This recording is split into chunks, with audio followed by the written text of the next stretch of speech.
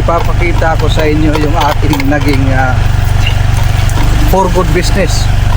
Ito yung aking mini farm na tinayo.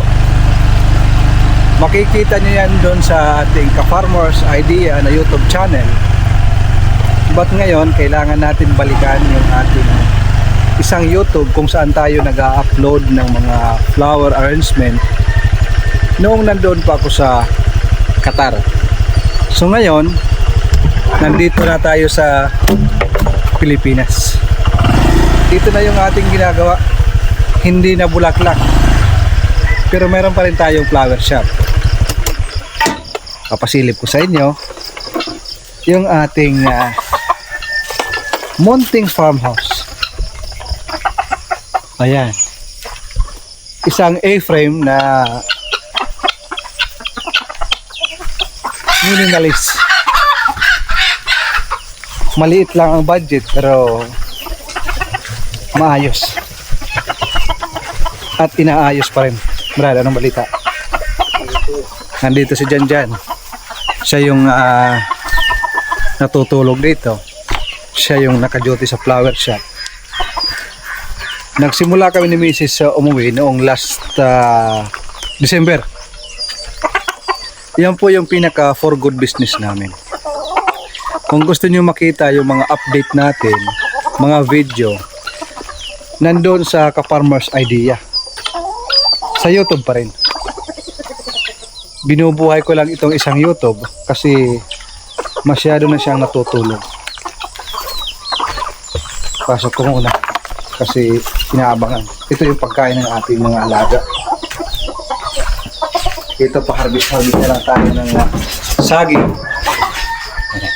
Hindi pa yan masyadong tapos pero okay na, natutulugan na. Meron yan second floor. Pagdating ko dito, ito ang bubungad sa atin. Dalawang aso. Yung dalawang aso, tinanggalan ko yan ng itlog kagabi. Hindi kagabi. Nung hapon. Ayan. Hindi ko na pinahi. Hiniwaan ko lang ng konti. Pinalusot ko yung dalawang itlog. Kasi palaging umaalis. Once na umalis, minsan 3 hours hindi bumabalik. Naghahanap ng babae. Para yun nanonood din eh. Mahilig din sa babae. Biro lang. Mahirap naman yung seryoso yung ating usapan. Ano bang meron tayo dito? Ito, nagtanim tayo ng red lady papaya. Mga giant na papaya. Ayan, binabakuran namin yung aming triangle house kasi gusto ko maganda at parang isang private resort, pahingahan dito sa gitna ng gubat. Ang makakasama mo dito pag ikaw ay nandito tumira, ang kuro-kuro nila ay mayroon daw dito isang malaking tao na nagpapakita, nagpaparamdam. Pero sa buong buhay ko hindi pa ako nakakita. Yung mga tao dito na matagal na, sila daw yung pinaramdam. Nandito yung ating mga heritage chicken.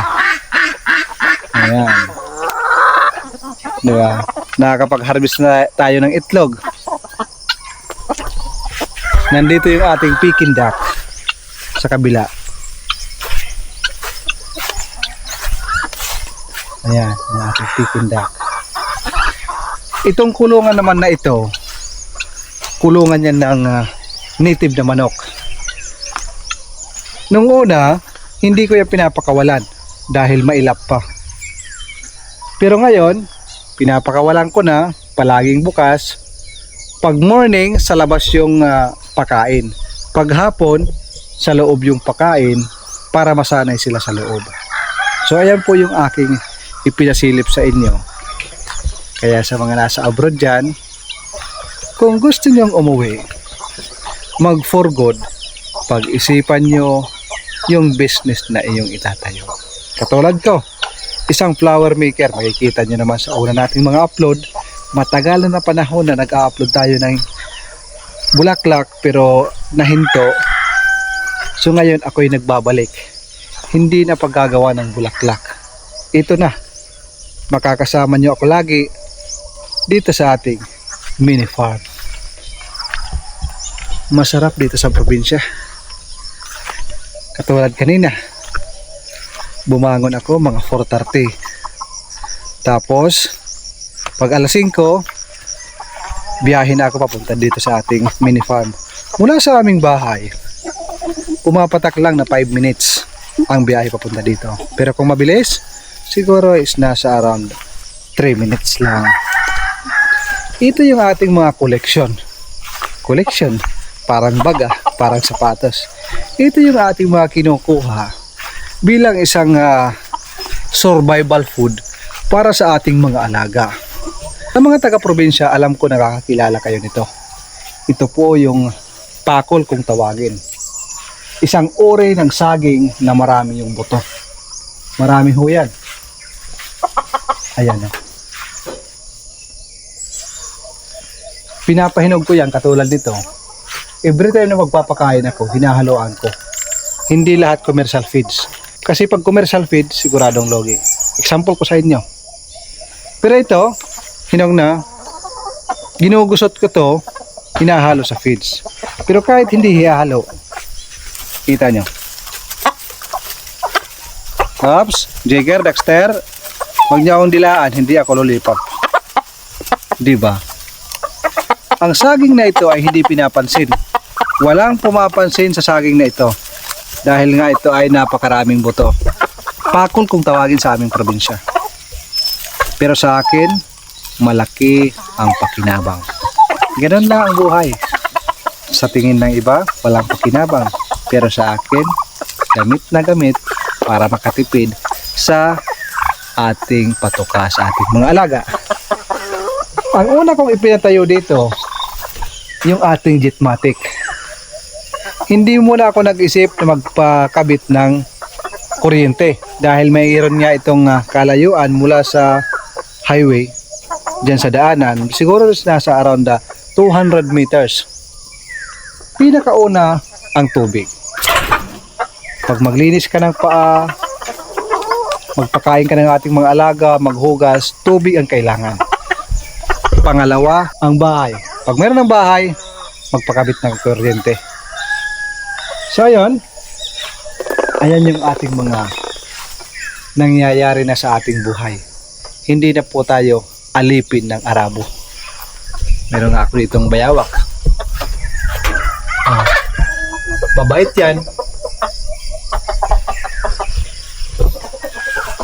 Brad, kape tayo, Brad. Brad. Kape tayo? May tubig? Mainit ako. Nag-iinit. Tinanong ko kung may tubig, sabi niya, nag-iinit na ako. Talaga naman. Parang ibang dating nag-iinit na ako. Alam, parang pang Viva Max talaga ang dating nag-iinit na, Brad. Nabigkas ko kanina na naglalagay kami ng bakod. So ito, nakapaikot na yung poste. Ang gagawin ko dito ay garden. Ayan, garden ho yan. Gilid ng triangle house. Garden, pero lalagyan ko dito sa may entrance na hindi masyado makikita yung pinaka-garden ng mga halaman. Tapos dito mga halaman. Tapos mayroong mga maliit na spotlight paggabi. Paggabi, maano yan? Maliwanag. Dalawa yung solar yan. May solar dito, may malaking solar doon sa kabila. Ito yung harapan ng ating triangle house. Bibili pa ako ng mas maraming solar para dito sa gitna ng gubat ay mayroon isang magandang farmhouse na makikita nyo sa ating mga video. Hindi man tayo nakikilala sa dito kasi hindi mga taga rito halos hindi alam nila na mayroong ganito. Ang purpose ko talaga dito ay makapagparami dito ng alaga. Yung bang sawa na ako sa city. Yung ayaw ko nang bumalik. Kung pupunta man doon, mamamasyal, magsha-shopping. Ayan. Nung mga kabataan ko ay parang matanda na. Nung mga kabataan ko ay talagang nagsawan ako sa city. Mainit, maingay. Parang ka palaging naghahabol ng pera. Gasto dito, gasto doon. Samantala, pag nandito ka sa probinsya, mayroon ka lang bigas at mayroon kang asin. Makakakain ka. Makakapaggulay ka dito ng libre. Sa city, hindi ka makakapaggulay ng libre. Mayroon din dyan na CR. Ayan po yung pinaka-CR na sa gilid. Nakahiwalay. Ayan. Yan po yung CR. At kung saan nakalagay yung ating istaka ng ating mga organic na pagkain, katulad ng saging. Yan po yung pinaka-kitchen. Pero hindi pa tapos. Dahan-dahan lang natin ginagawa. Di ba? So, ayun po yung ating nangyayari sa ating buhay ngayon. Kaya kung hindi nyo na nakita yung ating pag-upload ng mga dambuhalang bouquet, yung gumagawa ko ng mga 200 roses, 300 roses, wala na yun. Iniwan ko na yun. Sa mga nagtatanong kung bakit ko iniwan, iniwan ko yun dahil sobrang stress at tumatanda tayo, malayo tayo sa ating mahal sa buhay. Hindi man lang natin na-enjoy yung ating buhay. Malayo tayo sa ating mga anak.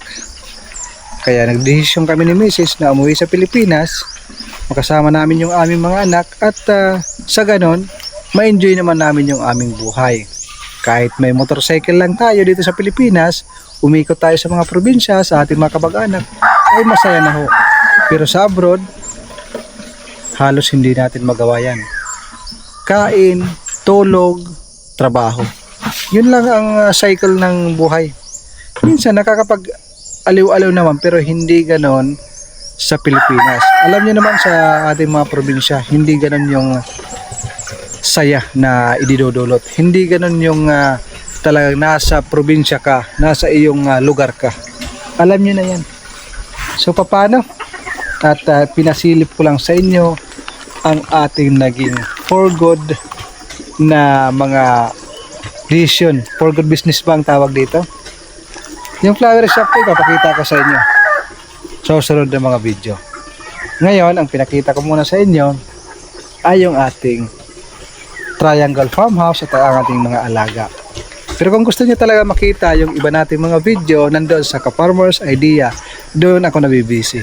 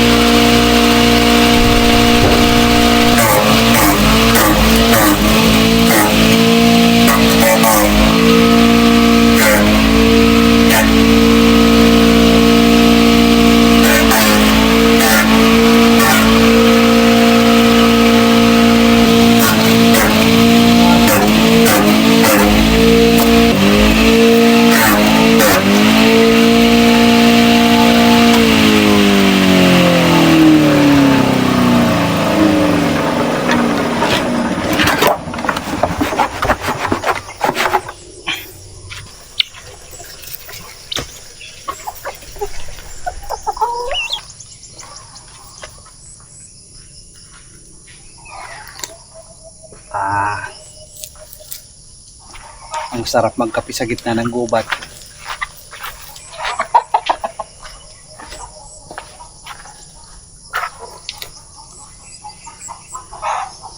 Sa mga bago pa lang na dumaan sa ating YouTube channel, itong lugar na ito ay isa itong napakamasukal gubat. Maraming kahoy, Jimelina. Pinagtiisan ko yan. Habang ako ay nasa abroad pa, nagbayad ako ng mga tao, magtanim ng saging, kung ano-ano na pwedeng malinis ito. Para nang sa ganun, pag uwi ko dito sa Pilipinas, ay malinis na. Pero itong ating triangle house, dito ko na yan ipinatayo na nandito na ako. Lahat ng Jimelina, pinaputol ko. Yan po yung ating ginawa na frame sa ating triangle house. Sa mga nagtatanong naman, magkano ba ang posibilidad na gagastusin pag ganyan? Kung hindi pa ako nagkakamali is nasa around 70,000 pataas. Hardiplex pa lang na dingding sa harap, tumatakbo na yan ng 8,000. Yung long span, 20,000 plus. Bawat isa niyan ay 20 feet. Ang taas niyan ay 25 feet. Ang sukat naman ito ay 6 by 7. 6 meter by 7 meter. Ang nagamit na simento sa flooring sa baba is nasa 20 peraso.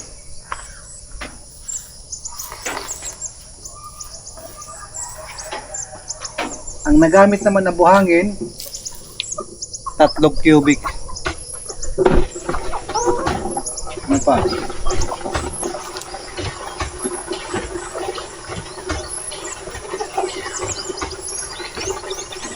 Sarap magkape dito. Hindi ka palagi naghahabol sa oras. Nung nasa abroad ako, grabe. Araw-araw nagipaghabulan. Alam niyo naman sa Qatar, mayroong tinatawag na parang train. Yung kanilang metro train. Yan po yung tawag sa kanila, metro.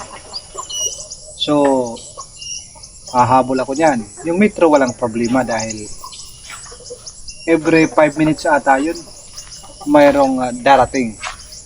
Pagdating sa shuttle, yung train kasi doon is mayroong shuttle. Pag subakay ka ng train, ihinto ka sa isang station, aakit ka sa baba kasi nasa ilalim niya. Mayroong mga bus. Yung bus na yun, libre ho yun. Mayroon lang hihingiin na yung card.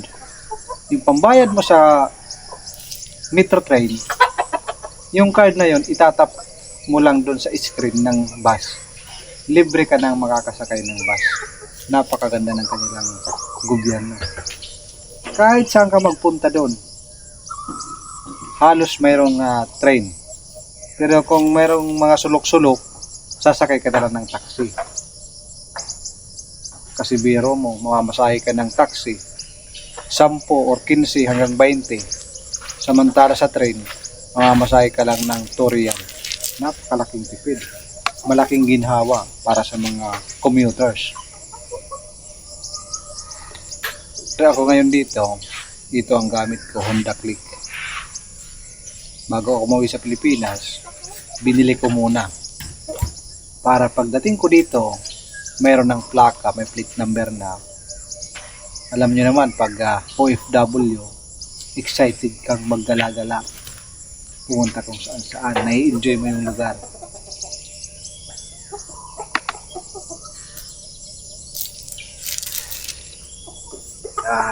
Pagkatapos ko magkape, magpapakain ako ng ating mga Peking duck at heritage chicken. Ganun lang ang buhay sa Pilipinas. Kaya kayong nasa abroad, tandaan nyo, huwag nyo unahin yung huli. Unahin po natin yung una. Ang ibig kong sabihin, huwag muna yung palaging inuman, pag nagkakasahod, padala sa pamilya, sa Pilipinas, ubos-ubos lahat, magtira ka ng para sa'yo. Dahil marami na ang nangyari sa ating mga kababayan, padala ng padala sa Pilipinas, yung mga nasa Pilipinas, inuman, party-party, pag uwi mo sa Pilipinas, wala ka ng pera, ang tingin ng tao sa'yo pag wala ka ng pera, basura. Sasabihin ng iyong kamag-anak, at iyong mga kapitbahay. OFW, walang pera. Abroad eh. Ang kanilang binibigkas. Abroad yun eh. Akala nila ang abroad napakaraming pera. Hindi nila alam yung sakripisyo. Pagod, puyat. Ang inaalala lagi, buwan-buwan ay padala. Parang obligasyon ng OFW magpadala buwan-buwan.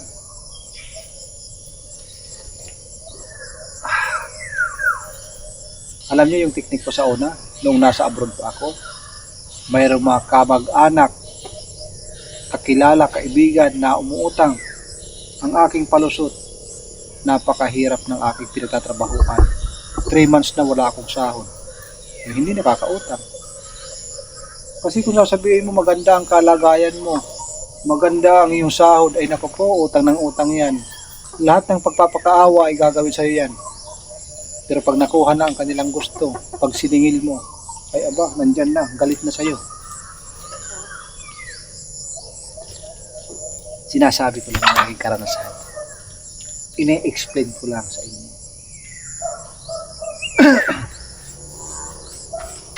Kape tayo. Yung ating mga alaga, umaga pa lang naghahanap na ng pagkain. Dito ang harap ng ating triangle house, inalandscape ko to. Mayroong graba. Nalagay ako ng garden table at saka upuan, yung rain or shine. Mayroong parang plastic na ang design ay ratan. Maganda yan dito. Para pagkagabi, maliwanag. Mayroong mga moonlight dito. Para bang isang resort na tayo lang ang nakakapunta dito. Pero tayong kaibigan na gusto natin tagay, punta dito. Magkatay ng native na manok. Yan po yung kaligayahan ko ngayon. Tulad ng aking sinabi, nagsawa na ako sa city.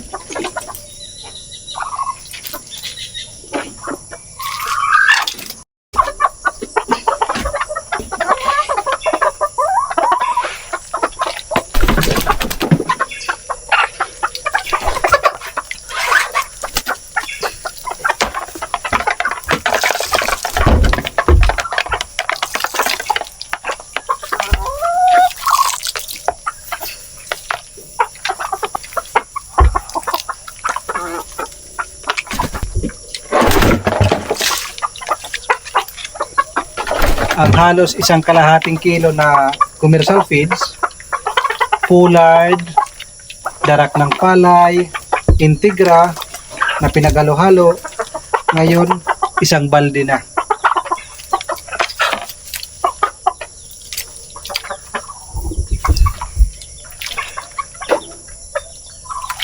Ayan. Ready na ito ipakain sa ating mga alaga. So, paano? Kumusta kayo? Sana ay nasa mabuti kayong kalagayan at lalo na ang iyong mga mahal sa buhay. God bless po sa inyo.